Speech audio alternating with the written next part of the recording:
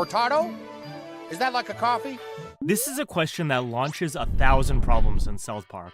Well, it's really just one problem, but it manifests in 1,000 different ways. That problem is gentrification, and all of the distortions it causes in the real estate market and in the quality of people's lives. That is the main point of Season 25's City People. South Park explains gentrification, roasts the real estate agents and gentrifiers, and then gives us one more reason to hate Cartman. But first, the gentrification. What causes gentrification? What are the perceived benefits? What are the downsides? And what can we do about it apart from all the pointless protesting and complaining?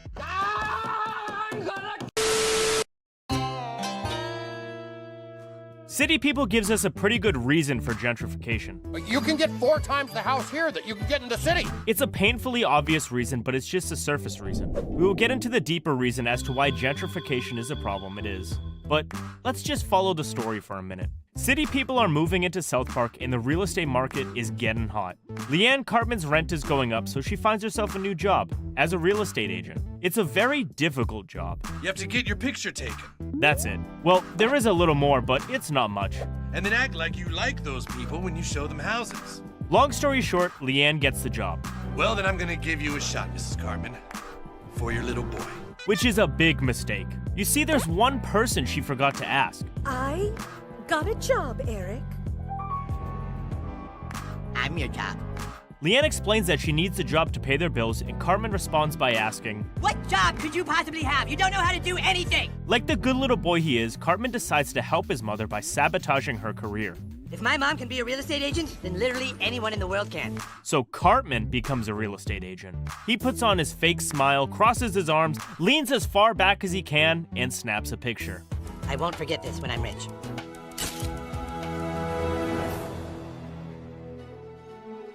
That brings us to the gentrifiers. As a stand-in, South Park uses city people. These are the yuppie millennials who have a very deep philosophical calculations about MacBooks and LaCroix. Just listen to them. Oh, Cortado? Cortado. Oh, bottled water. Wi-Fi? Metal bottled water. South Park also shows us how gentrification gets a pass in the first place. It tends to be supported by the ruling class. In South Park's case, that is the mayor and the Chamber of Commerce. Oh, I just love all these city people moving in. For the business people, this makes perfect sense. My bakery has seen a 20% increase in sales. But what is the cost of all this? Mr. Kim explains with an amazing dialogue filled with puns. It's actually unintentional because he is praising the city people, but his accent makes the whole thing hilarious. These shitty people have a shitty way of doing things that will expose us all to their shitty ideas. But money is not the only reason why the ruling class tend to encourage gentrification. There is a more insidious reason beneath it all. And in the privacy of the council chamber, Mayor McDaniel says it out loud. I've always dreamed of South Park becoming more than a little hick town. That's right. Good old social engineering. It never really went away. A scary number of people in the ruling class believe they're better than you, and believe they should decide how you live. When you look at unpopular policies, they always come from politicians who think the average person is too stupid to tell right from wrong, which they take to mean they should make the decisions for us. That's how you end up with governments that regulate every little thing, including stuff like the color of your door and the height of your lawn. Naturally, these politicians think that cultured, city people moving into a little town like South Park is a plus. The cruel irony of this kind of thinking is that a lot of the stuff that passes for high culture in our society just tends to be overpriced garbage. It's not better, it's just old-fashioned snobbery with modern characteristics. One would imagine that being enlightened would make you immune to spending ridiculous amounts of money on stupid stuff just to show that you're better than poor people, but the world is quite a funny place. The richest and allegedly most enlightened among us tend to be the very people who are obsessed with wasting money just to flex on the poors. The rich members of this crowd will spend millions of dollars on a blank canvas masquerading as a painting, while the middle-class wannabes will waste good money on tap water in a can. South Park just roasts the hell out of these snobs with the way it portrays these city people.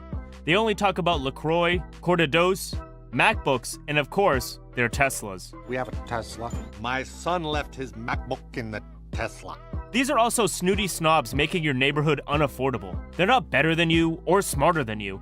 They're just brainless sheep with money to waste. In their attempts to look unique, they turn themselves into boring carbon copies of each other. But because South Park's ruling class itself is made up of snooty snobs with zero self-awareness, this whole tragedy is lost on them. They keep encouraging city people to move in and improve their town. Here's to the future, everyone! The future! And what a dark future it is. Wi-Fi. LaCroix. Hot milk. Hot milk. Now, city people are gentrifying South Park because they are attracted by the lower home prices. But as more of them pour in, those home prices go higher. This begs two questions: how and why? Let's start with the simpler of the two questions, the how. When Carmen shows the city people Tweek's house, Tweek's family doesn't even want to sell. Our house isn't for sale. Hey! But they just haven't heard the offer. I think I can get you $4 million for this place. $4 million? Really? Now, $4 million can only get you a box under a bridge in LA and an air mattress in New York, but the rest of the country, the average price of a home is about $400,000. Given that South Park is a small and fairly rural town, the average price of a home here is probably even lower. We see pre-bubble prices ranging from $170K to $350K. Now, they're 10 times higher. This is how the real estate bubbles happen. A few guys with too much money move into a town and offer crazy prices for otherwise average homes. And then when Bob hears that his neighbor Billy got $4 million for his house, he's not going to sell his own house for $1 less. He's going to reject all fair offers from regular buyers and hold out for the big money offers. Then Jim hears that Bob got $4.1 million for his house, so he holds out for $4.2. And then Steve holds out for $4.3, and round it goes. But I think you could spot the problem by now. Why do we let things get this crazy in the first place?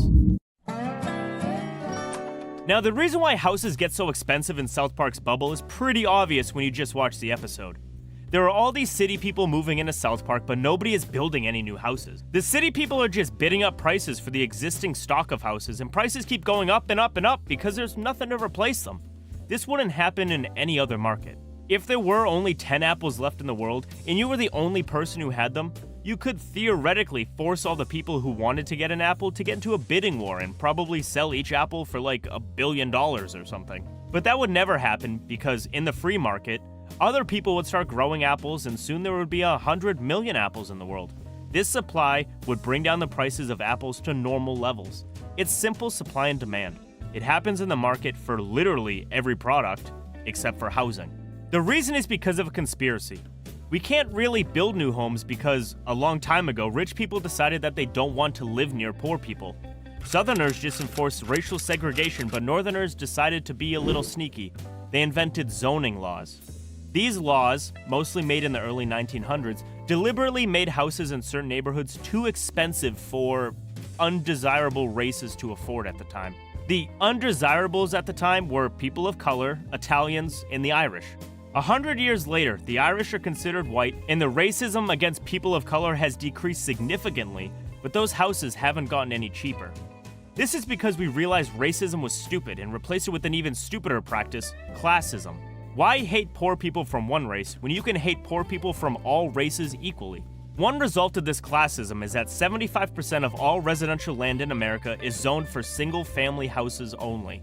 In a state like California, single-family zoning eats up 82% of residential land. In desirable places like Atherton, which is a suburb of San Francisco, 100% of the land is zoned for single-family homes. The minimum lot size in Atherton is one of the highest in the country, around an acre. So 1 building per acre. The planning laws in Atherton make it effectively illegal for poor people to live there because the only home you can build in a place like that is a mansion. Unsurprisingly, Atherton has an average home value of $7.5 million. Go to any major city in America and you will find zoning laws that make building new homes very difficult anywhere that isn't in the literal sticks.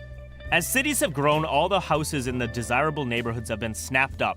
Single-family zoning, building codes, and good old neighborhood preservation laws have been weaponized by both real estate lobby and NIMBYs to prevent anybody from building any new houses. The situation has gotten so bad that in the first 6 months of 2024, San Francisco, a city of 800,000, with a metro area of nearly 8 million people, only approved 16 new houses. That's not 16 apartment blocks that can house 1,000 people each. No, it's just 16 housing units total. 16 houses for 16 people in an area with 8 million people. If you ever wondered why San Francisco has such a bad homeless problem, there's your answer. But the homeless are just the most visible victims. There are way more people who are spending most of their paychecks on rent. The math is very brutal, but very profitable. If no one builds any new houses, then the existing houses can keep doubling in value. This is a great deal for the boomer homeowners and the real estate investors who bought their home for $11 back in 1969. But it's a terrible deal for everybody else because as home prices keep going up, the possibility of owning one becomes increasingly impossible. San Francisco just happens to be the most extreme example of this. The rest of the country is experiencing more or less the same problem on a slightly smaller scale. We're not building enough houses because NIMBYs and real estate types use existing laws to block any new construction so they can preserve their property values, and everybody else suffers. Well, not everybody. Apart from homeowners, there is a group that benefits a lot from this messed up system. Now, the shortage of new housing doesn't stop the housing market. Everybody still needs a house. In a fair market, that wouldn't be stupid. You would have a construction company competing with other construction companies to build as many houses as possible. Instead, we have house flippers repainting old houses and real estate agents competing to sell them. South Park roasts both folks and city people and white people renovating homes. What we're thinking is to take out the wall between the kitchen and living room for a more open concept. With another client, Randy gives very different advice. What we're thinking is to take out this wall between your kitchen and your living room to give you a more open concept with... And when Randy meets a third client, his advice fails. I can't take out the wall between my living room and my kitchen! It's a load-bearing wall! This is a very harsh critique of the whole house flipping industry. Make a few cosmetic changes and jack up the price by 30%. Nevertheless, South Park reserves the harshest criticism for real estate agents. Nothing is off limits. From their petty obsessions with image to their fake smiles, in the way they sit with their arms crossed and lean back when taking a picture. And then there is the way they talk in their gratingly fancy language. This is a 2,300 square foot mid-colonial home, detached garage. What the hell is a mid-colonial? I don't know either. It sounds fancy, but when you look at it, it's just a generic suburban home. And the detached garage thing, it's just a shed. But that's the point. South Park shows how real estate agents exaggerate everything. Generic suburban home with a shed you can park your car in doesn't sound so fancy. But a mid-colonial home with a detached garage? Well, that sounds like something you could sell for... Now listing for just $3.5 million. Just $3.5 million. I think we hear the word so often that we forget what a crazy amount of money $3.5 million actually is. But once again, that's the point. Real estate agents deliberately use words like just and only to make you forget how crazy the figures they're throwing around actually are.